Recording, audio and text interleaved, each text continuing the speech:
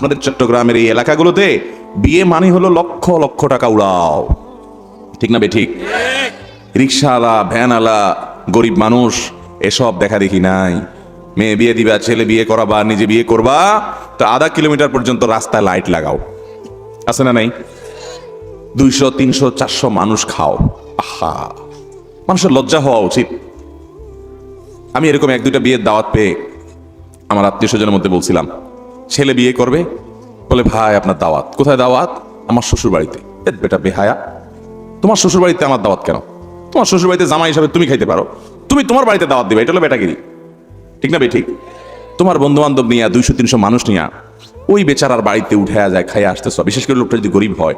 কত মেয়ের বাবারা আছেন এদেশে, কত মেয়ের বাবারা আছেন যে লক্ষ লক্ষ টাকা ঋণ করে, লোন করে, সুদের উপরে জমি বিক্রি করে, মানুষের কাছে হাত পেতে চেয়ে চিনতে তারপর মেয়ের বিয়েতে 200 মানুষ, 250 মানুষ, 300 মানুষ খাওয়ায়, আছে না নাই? চিটাগাং একটু বেশি, আপনাদের চট্টগ্রামে একটু। আপনারা যারা এই বরযাত্রী নামে, বদযাত্রী, আমি নাম দিয়েছি, এটার নাম বদযাত্রী, এটার নাম আমি দিয়েছি কি? বদযাত্রী। আপনারা বলেন বরযাত্রী। কিসের বরযাত্রী আবার? ইসলাম বিয়ে উপলক্ষে একটা খাওয়ার পারমিশন রেখেছে, নির্দেশ করেছে, সেই খাবারটা হলো ছেলে খাওয়াবে ওলিমা।